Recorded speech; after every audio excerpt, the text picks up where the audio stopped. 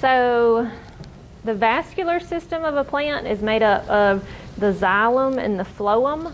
These are how plants get all of their water and nutrients moved through them. The xylem transports water from the root up the plant, mainly responsible for transportation of water and minerals and nutrients throughout the plant, and it's made up of dead cells, where the phloem is food conducting tissues of the vascular plants, and it's made up of living cells. And I always remembered xylem up, roots to the plants, phloem down, food feeding the roots. I don't know if that helps you out, but look at the diagram in there. Again, the xylem is pulling that water up. How can dead cells form a vascular system? They just mold themselves. If you cut, if you cut the stem, you can't really see it. You can't tell, but that's just how they form. So the living cells help move that food down. It helps push them. I don't know. I don't know. That's amazing. Yeah. So xylem from the root up the plant, phloem, food down to the roots. Yes. Yeah, it gets its light absorption, which helps with photosynthesis, which makes sugar, which makes food, which goes down to the roots, which is how the plant gets food. So xylem up, phloem down.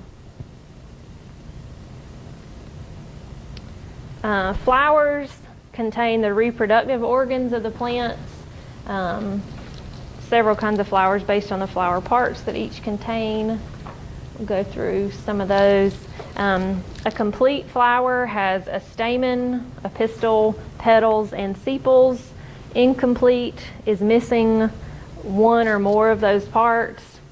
Pistillate flowers have the female parts only, which are the pistils, and the staminate flowers have only the male parts, which are the stamen.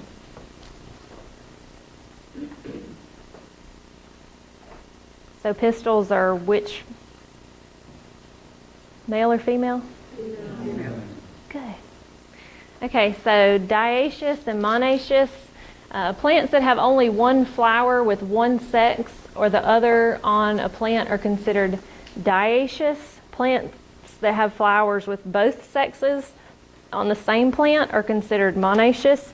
And this is basically the plant reproductive system. So go back to like high school biology, but in plants. And here's just a diagram of flower parts. So right here, pistil, which is female, stamen, male. Right, so pistil, you have these right here made up of your ovary, your style, and your stigma. Ovaries right here in the middle, which is protected. Style is kind of that little tube that comes up and surrounds the ovary, and then the stigma right here is that little opening. So the stamen made up of the anther and the filament. So this kind of looks like it might be a daylily.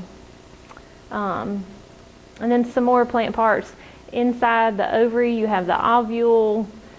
Surrounding the petals, you have this corolla right here, a little calyx and sepals. This is your pedicel, where the plant actually comes down to connect to the stem, and the receptacle is where these female parts connect to where the petals are. So I'll tell you, just so you won't work. Yes?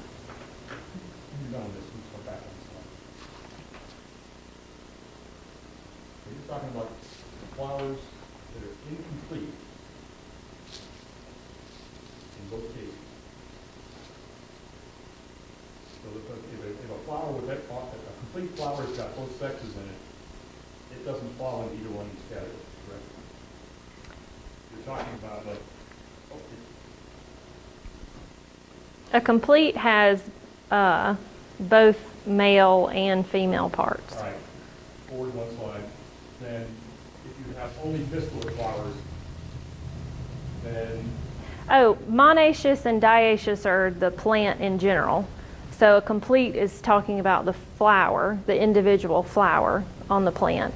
And monoecious and dioecious is talking about the plant in general. So a single flower would be a male or a female. not a complete flower. Like kiwi. You normally have to have like one male kiwi for it to populate all your. I understand, but what I'm trying to suggest is a petunia, petunia flower which has both sexes in the same flower, doesn't fall into either of these categories. Is that correct? Because you have to have either Could be. distillate or staminate flowers, and if you have both types of flowers on one plant, then it's monoecious. Right. If you have one, then it's Dioecious. Yeah. now, is that reversed? Looks like I that. think that would be reversed. No, Dioecious is just one sex. No, yeah, dioecious because it's separate, mono because they're together. So mono means they're on the same plant. So it makes it complete. It has both male and female. But all complete flowers would be on monoecious plants, but not all monoecious plants have complete flowers. Yes. Yes, because they can have separate male and female. But it sounds like those two terms are reversed. No. No, mono because they're joined. So mono basically on this means, yeah, it's joined on here. The male and female are joined on the same plant. Dioecious plants require cross-pollination. Yes. And monoecious plants don't. Right.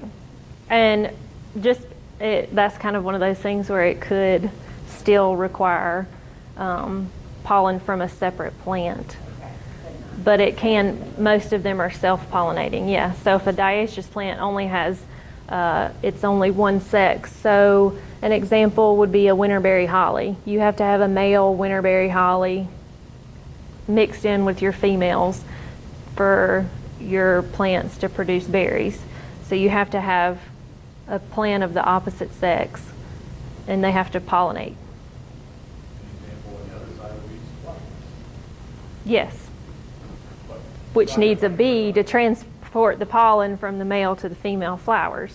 okay, but they are male and female flowers in the same plant, not complete flowers. Right. That's wrong. Is a petunia plant monoecious? A petunia plant's monoecious, but it's not a complete flower. Is it? I don't know a petunia. Don't ask me about a petunia. Look that one up, Jim. Three flowers, monoecious. Okay, that's a. If it has male and female incomplete flowers. Right. I thought the monoecious meant that Monoecious it's is, separate male and female flowers, separate male and female flowers on the same plant. No. monoecious, yeah, monoecious have both sexes on the same plant, but they're different Different sexes. flowers. The lemonade and the pistillate flowers on the same plant. Yeah. That's the definition in the book. Right. So they do not have, monoecious plant cannot have complete flowers, that's all. Okay. But they do have both sexes. Okay. All right. Does everybody understand now? No. What plant would be a complete flower? A petunia. Geraniums, most Annuals. flowers are complete. Yeah. Yeah. But if you grow summer squash, it's monoecious because it's got female flowers, purely female flowers, purely male flowers on the same plant. Where if you have winterberries, you've got female flowers on the berry producing plants. And a male flower has to pollinate them.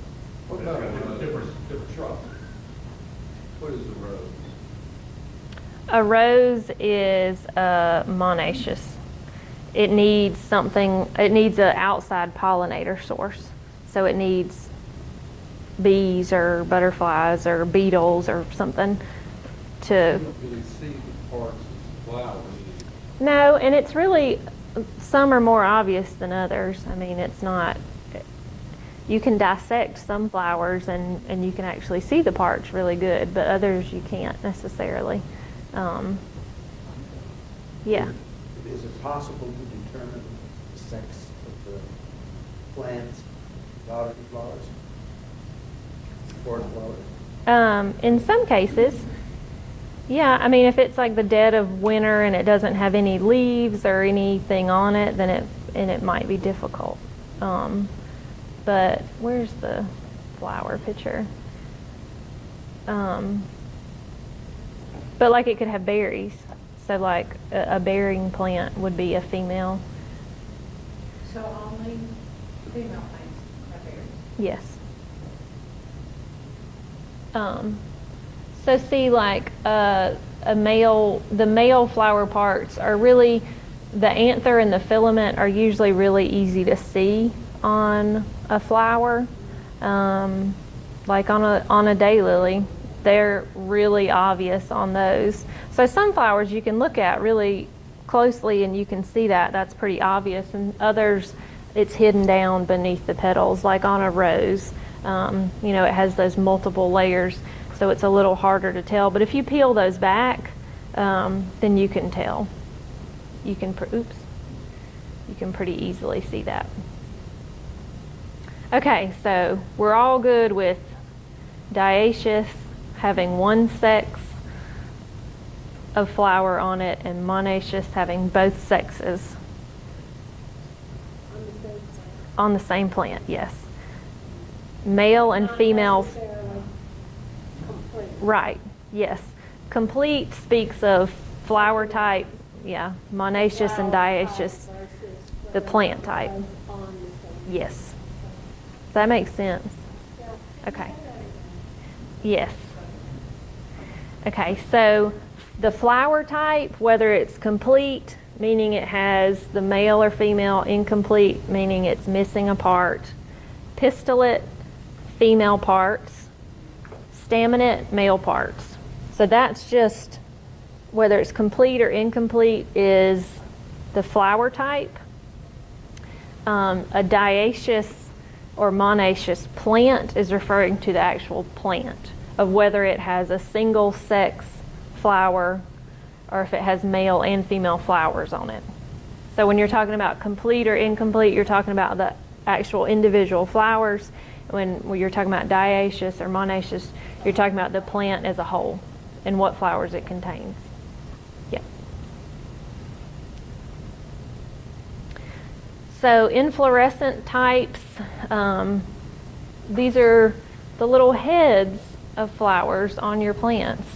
And we'll kind of run through these pretty quick. Most of these are kind of self-explanatory. You just kind of have to be familiar with the shape and look of it. So a spike inflorescence, this is a picture of a gladiola, something like blazing star, liatris would be another one. The flowers are just arranged just like it says in a spike, usually whirled around the stem, all little buds and flowers, but upright in a spike. Hollyhock. Yes, hollyhocks. Yeah, so again, these are just getting familiar with the shapes of flowers. So a raceme, considered to be an inflorescence. This one, the flowers are connected opposite from each other, and the woodland hyacinth, scilla. Does anybody have woodland hyacinths in the yard? Scilla, a little kind of waxy green leaf and a flower, purple flower. Salvia? Yeah, salvia. Angelonia. Forsythia, That's the spike. yeah. Yellow. I'm not sure. I can't think right now if they're opposite or not. Okay. That's a good one. I'm not sure.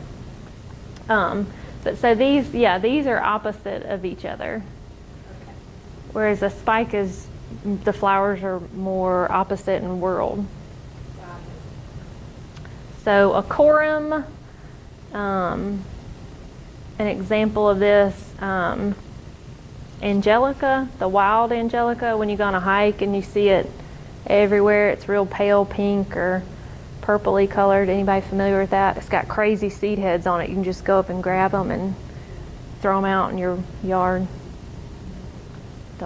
Yeah. But it's just kind of flat across the top, basically. Did Princess Anne Lace do that?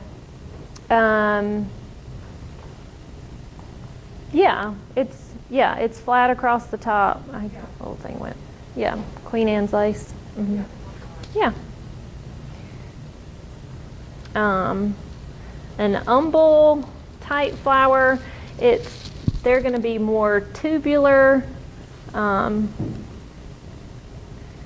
See right here, you've got this long tubular flower, and they're individually connected. They have really delicate little petioles, and they all kind of come out of the top.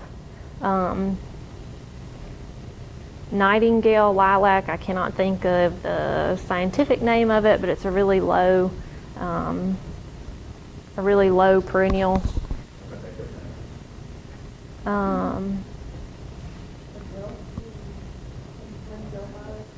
Yeah, dill flowers, Lonicera. Oh, so this would be a compound. Yeah, compound umbel. Plants in the carrot family. Dill. I'm trying to think what else looks like this, but yeah. So these are compounds. Same thing. Flowers basically sit up, and at the base they're tubular. It's really hard to tell on these, but if you look closely, they're just teeny tiny. These flowers have a head on them. Plants in the Asteraceae family have more of a head on them. They have both ray and disc flowers. So I can't make my thing work. Ray flowers are more this part right here, and the disc is going to be what sticks out and is open, saying, "Come and get me" to all the pollinators. Asteraceae family is huge. Of course, asters are in it, so think about those flowers. It's kind of like a little starburst on them. Is that a Have an individual head. complete or incomplete? I'm going to say complete because this would be the anthers and the filaments, and down in this part is going to be the female parts, your ovary and your ovule, which are down in this protected part. I'm not sure. That's what I was trying to look. Oh, it's a sunflower. Yes, it's a sunflower. It's a cross section. Look how excited I am that I figured that out. So, yeah, so this is the actual head of it. The stem would be right here. This is the cross section of it. This is a petal. These are the little seeds. And those are the actual little parts that stick up that make the pretty little center of it. I was trying to figure that out, but